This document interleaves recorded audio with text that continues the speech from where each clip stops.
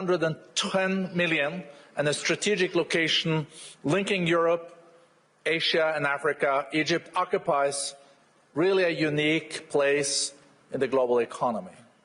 It also, of course, because of its heritage represents a unique place in the world. Your ambitious reform agenda, Mr. President, centered on private sector-led growth and the objective of achieving its highest contribution to the GDP by 2030 sends a strong signal to investors and partners alike. This agenda, underpinned by a positive growth outlook that outperforms many regional peers, is also a testimony to the reforms undertaken. In support of this, we are particularly at the World Economic Forum pleased to also then announce, in collaboration with His Excellency, that we will convene under your patronage a business-focused country strategy meeting in Egypt in the autumn of 2026. So we do expect to see all of you in Cairo in the fall. Mr. President, your participation today reflects Egypt's dual role as a guarantor of regional stability and rising economic force. We're very much looking forward to your speech and for a dialogue. Mr. President, welcome.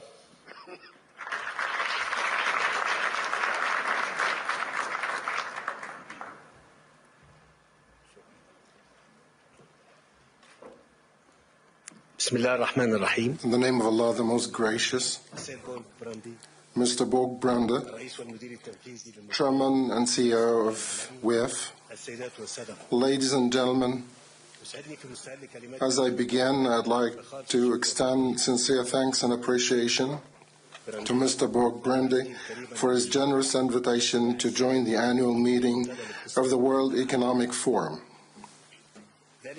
This outstanding gathering offers a precious opportunity to address international issues and current challenges, while geared to achieve our common goal, that is to build a more prosperous and just future for everyone. Our world today faces monumental challenges on a development path. It witnesses profound transformations in the patterns of international cooperation, in addition to a rising role of innovative tools of technological progress, digital transformation, and AI applications. This matter requires us all to consolidate efforts and promote cooperation and joint action to enable ourselves to cope with those changes and seize the opportunities for the good and mutual benefit of our nations. As we believe in the importance of partnerships to ensure mutual benefit and sustainable development, Egypt is also invested in creating a private sector conducive environment, being an essential partner on the road to development, progress, and prosperity. However, such efforts face unprecedented challenges, both regionally and internationally, given the escalating geopolitical tensions and violations of international legitimacy by some parties. The matter that undermines the endeavors of the economic growth, weakens the efforts to preserve international peace and security, and limits the joint action between countries. Therefore, Egypt stresses that the only way to achieve peace, stability, and development in a sustainable fashion requires the following. First, international dialogue and cooperation should be adhered to. The principles of mutual respect, peaceful coexistence should be upheld, and the international law and the UN Charter should be respected. Second, disputes should be settled peacefully, escalations should be averted, and the environment for durable solutions of various crises should be created. Third, interstate integration should be sought. Eradicating poverty and hunger should be a priority, and shared prosperity among countries should be achieved. Fourth, National, regional and world business institutions should be enhanced. The private sector should be enabled to carry out a key role in achieving inclusive development. Ladies and gentlemen, the Palestinian issue is still at the forefront of the Middle East area. It forms the essence of the regional stability and the main anchor of just and comprehensive peace. Along these lines, I'd like to express my appreciation of President Donald Trump's efforts and commitment to stop the war in Gaza and his sincere endeavors to alleviate the human sufferings of the brotherly Palestinian people for over 2 years now.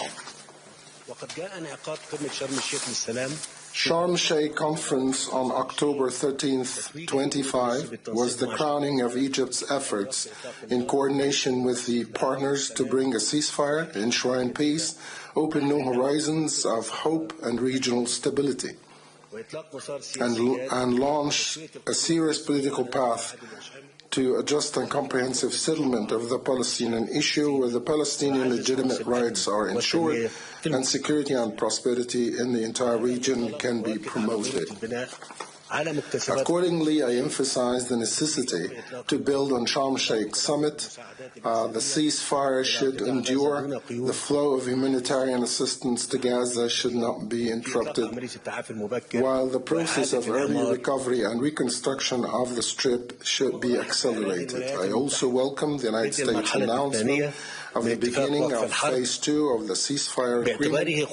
This is a key step toward the implementation of the peace plan and the de-escalation in the region.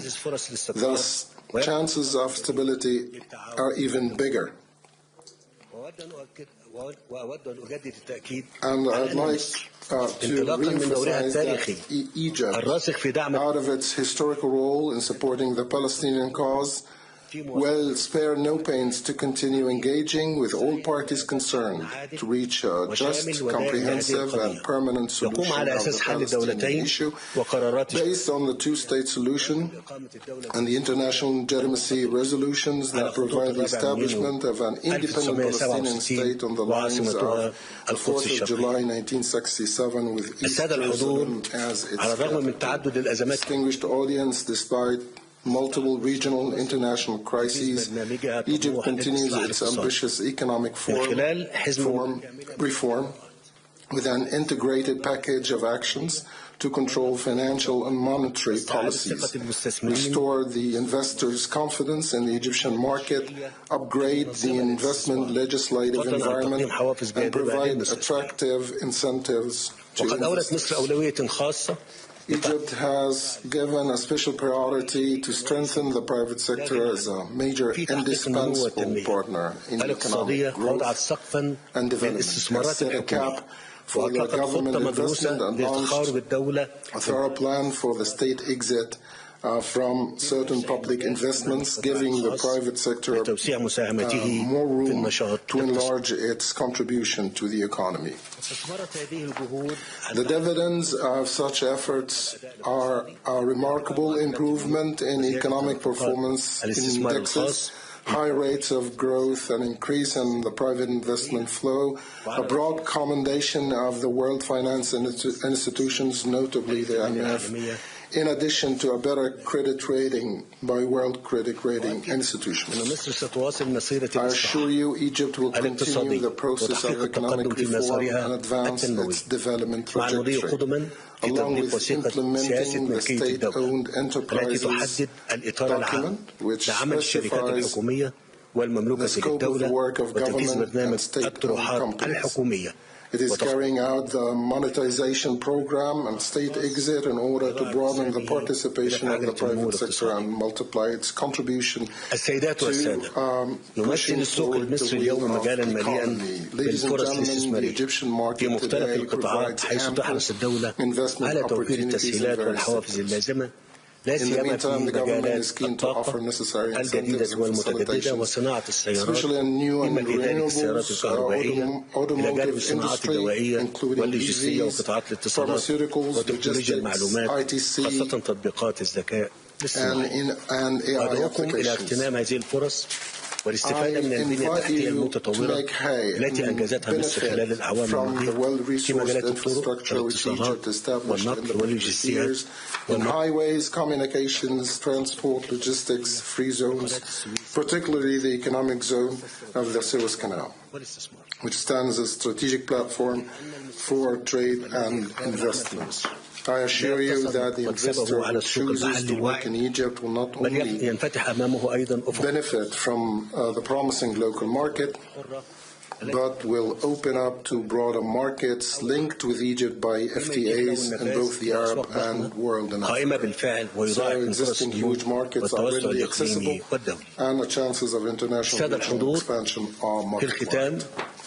Distinguished audience, in conclusion, I re-emphasize في ترسيخ دعائم الأمن والاستقرار على المستويين الإقليمي والدولي والمضي قدما في تحقيق التنمية والنمو الاقتصادي. كما تتطلع مصر إلى تعزيز التعاون مع كافة الشركاء من أجل بلوغ هذه الأهداف المنشودة. يسعدني أن أرحب بإعلانكم تنظيم جلسة مخصصة للأعمال في مصر خلال العام الجاري تحت رعايتي، وأتطلع إلى مواصلة التنسيق معكم خلال الفترة المقبلة لإنجاح هذا الحدث المهم، وأغتنم هذه المناسبة لأتمنى لكم التوفيق والنجاح في مختلف فعاليات المنتدى، وشكرا جزيلا.